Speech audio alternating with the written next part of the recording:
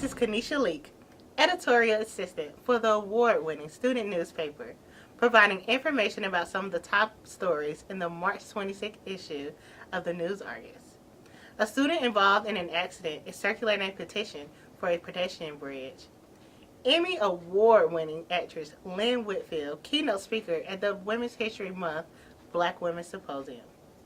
The game ball features freshman tennis player Corey Bonnet. The movie Oz is reviewed.